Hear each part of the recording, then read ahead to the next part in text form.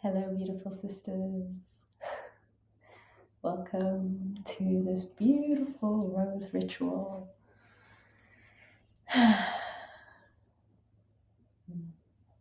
It feels so symbolic to be sharing the medicine of the rose today with you all here. The rose is really, really calling us, and it has been for many, many years. Some of you may be working with the rose already in your own way. Maybe some of you have been called or curious to know the teachings of the rose. And as everything that we move through within the feminine wisdom, it must be experienced. And every time you sit in ritual with a plant ally or any ritual, the experience that we have is always going to differ because our state of being is always shifting and changing. And it feels so symbolic to share the rose medicine during the month of February. We have St. Valentine's, and also because it is the final shedding of the snake year before we enter the horse year, and the rose really supports the softening, the delayering, and the returning to the essence, beneath the hurt and the pain and beneath those armors of protection that we've built around the heart within the womb. The rose medicine brings in this gentle touch that allows us to feel safe and held, to touch and feel the parts of ourselves that have hardened and are ready to soften and dissolve, right? And that's how we want to meet ourselves, from this place of gentleness, from this place of tenderness, from the place of softness and self-love and self-compassion and self-forgiveness. And these are all the teachings and the medicine that the rose ally offers. The rose is also one of the ancient flowers of the earth, and it is a union flower. It holds two truths at the same time: softness, strength, openness, and yet protective. It has petals that are soft and delicate, and it has thorns that can hurt. That also indicates this sense of open but with boundaries, loving but with discernment. And the rose, the more you meet it in honor, the more you sit with her, and the longer you look into her, she will open, right? When you are meeting her with this deep respect and intention. And if you have a rose with you, I'll invite you to just take a moment to look at her, to really look at her. Mine's petals, but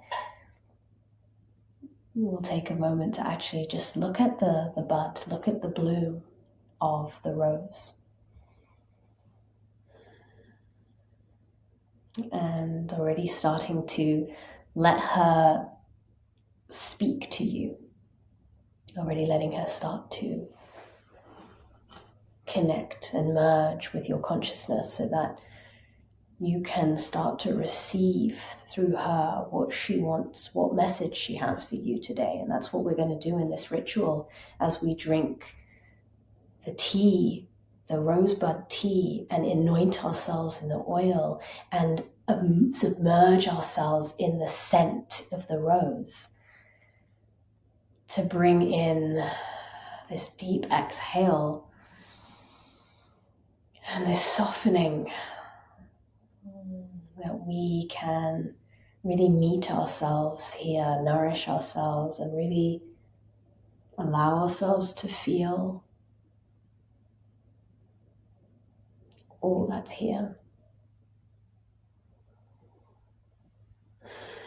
In the mercy of your being. So let's run through all of the things that you need for this ritual. And maybe you already have them in front of you. I trust that you do. Drop everything into the comments on how your little space is set up. But for sure you will need the rosebuds.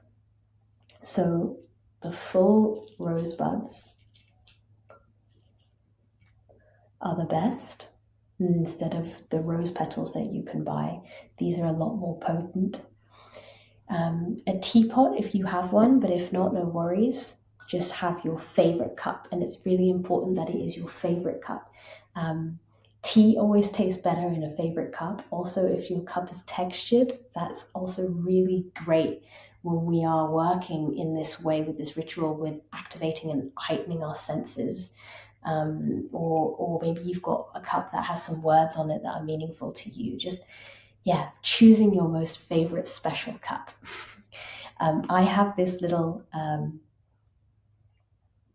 don't know what to call it. I have this little glass pourer because I like to see the color of the tea start to shift and change, because how we're going to drink the tea is we're going to brew the same rosebuds multiple times.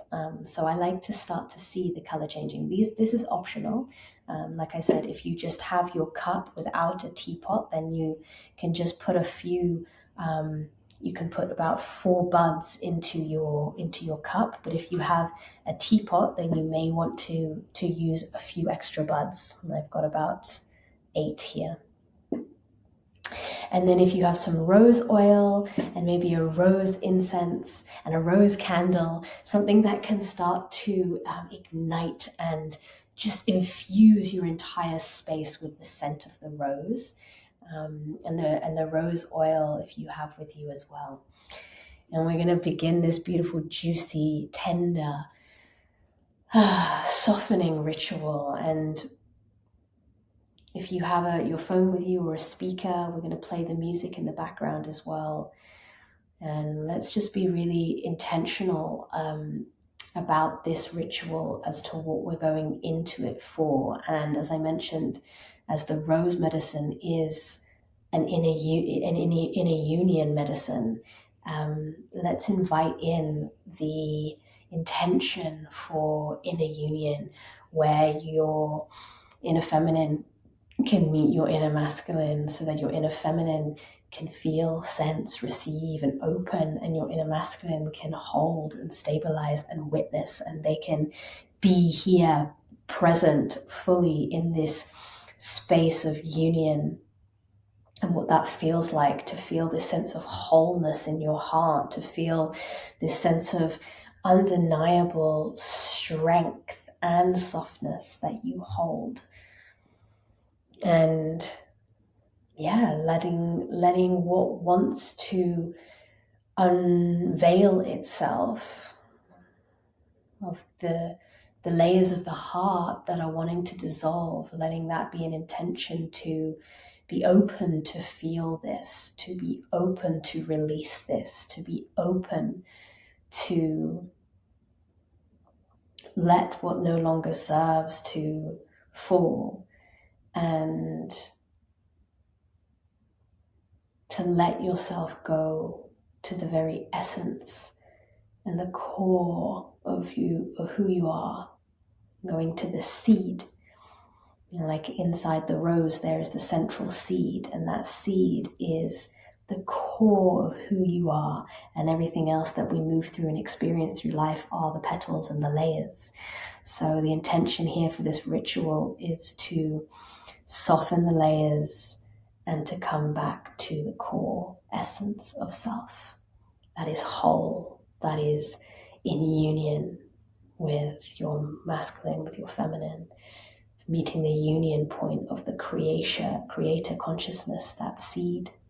And whatever is asking, or maybe the intention here is also whatever is wanting to be seeded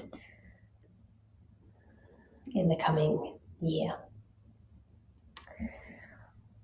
So if you've got any questions and shares about the rose, drop it into the comments here so I can be on this journey with you and we can really feel at one in this ritual space as we start to begin the ritual. So let's begin. I'm going to play some music in the background, inviting you to maybe if you've got headphones, or you can turn up the volume of your computer. And then let's just find that comfortable spot with your whole setup is right in front of you. You've got everything. Oh, I forgot to mention, you'll also need boiling water, 100 degrees boiling water next to you. You can either use a flask, or at the moment I've just got it in a kettle, but maybe a flask is also great because we're going to brew the tea multiple times as we sit with her.